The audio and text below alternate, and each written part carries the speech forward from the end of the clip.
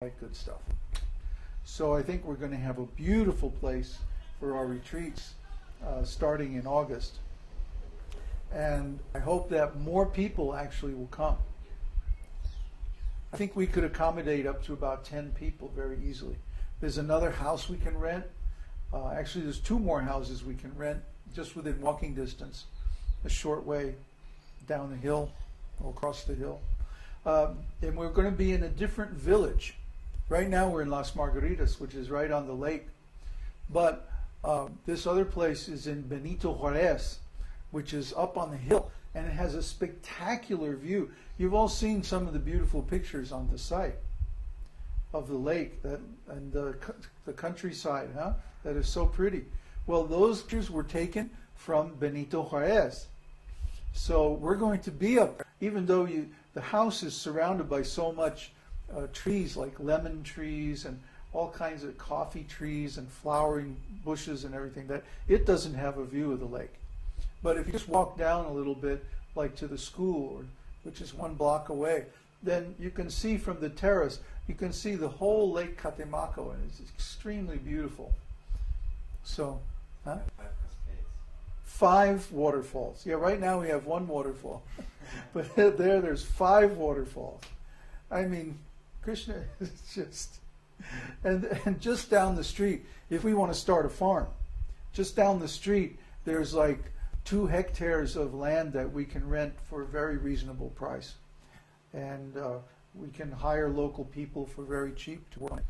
And we want to do that. We want to move up there, and we want to expand our program to include raising our own food.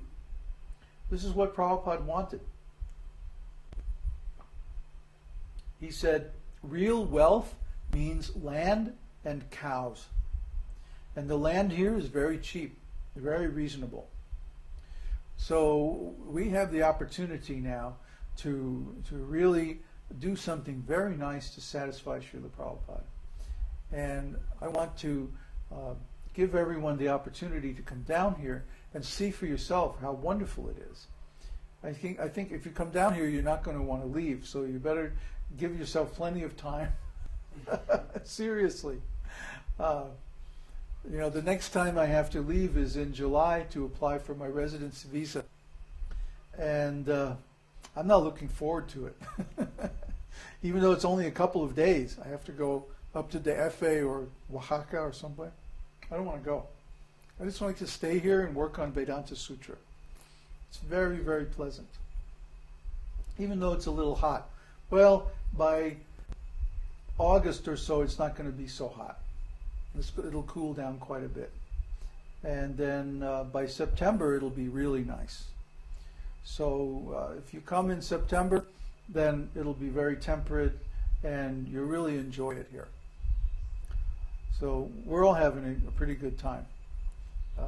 Except for Connor, he got attacked by ants last night. Illusory. Maybe.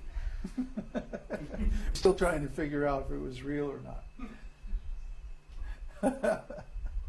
Anyway, who has a question?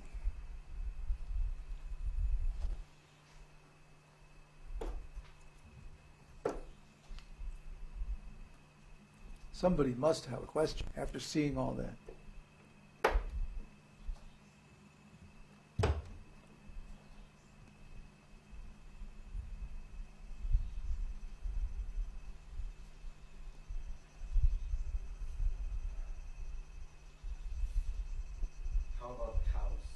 How about cows?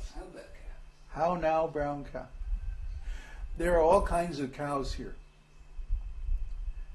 You can get ordinary Mexican mongrel cow. You can get even Brahma cows from India. And some people have brown Swiss. We saw some yesterday. Brown Swiss cows which give lots of milk. And like I said, the land is very cheaply available. For like $50 a month, we can rent a hectare of land. And that's 2.5 acres. So we can have a lot of land available for a cow. The thing is, somebody has to milk the cow. And oh, we have a couple of volunteers right here. So yeah, it's an interesting skill, and it's, even though I've been around cows a lot, I've never learned how to milk. I mean, I tried,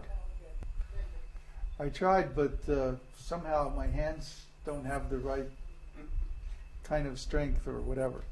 Anyway, cows are easily available. Land is easily available.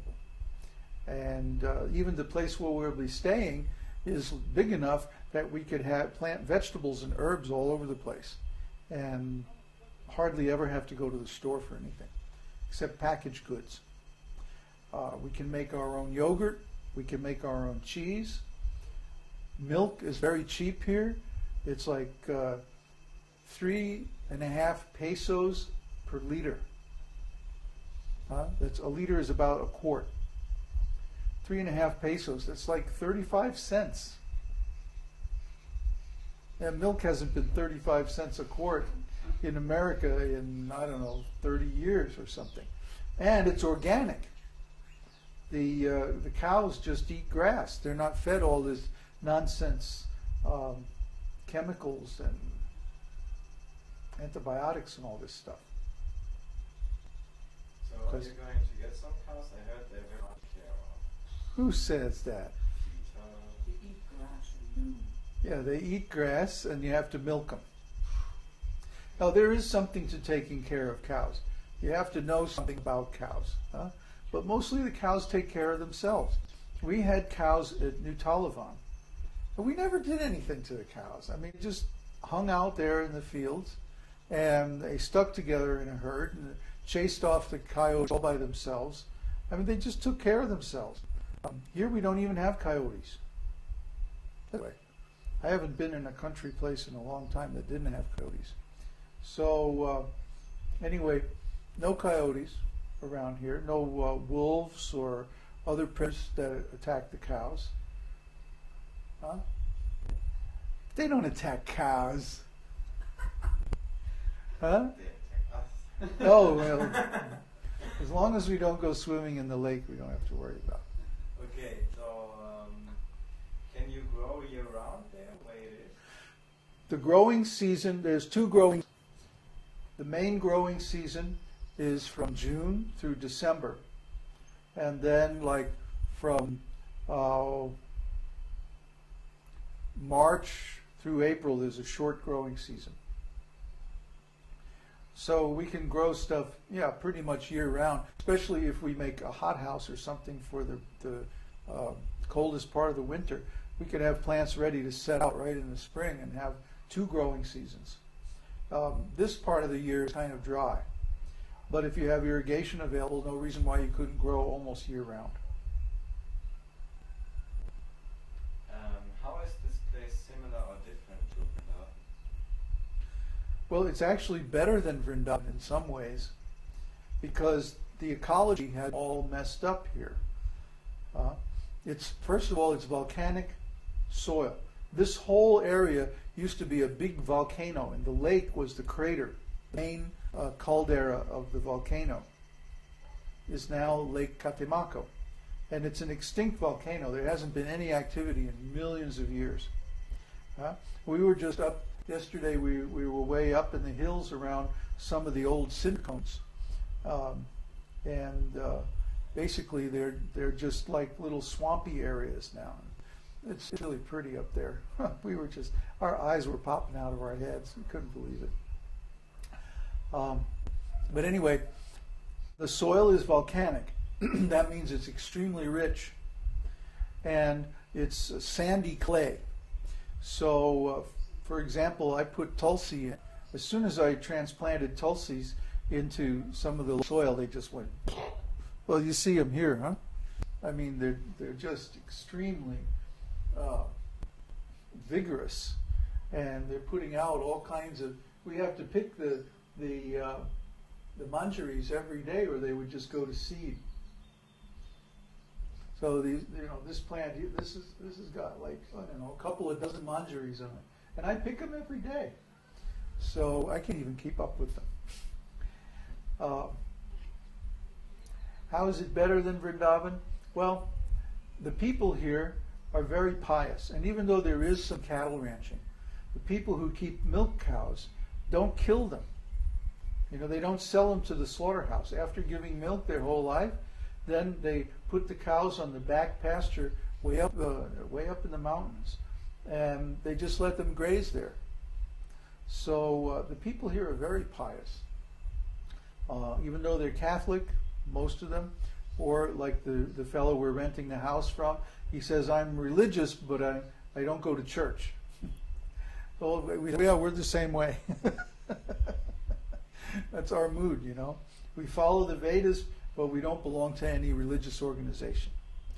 So there's a lot of people like that out here.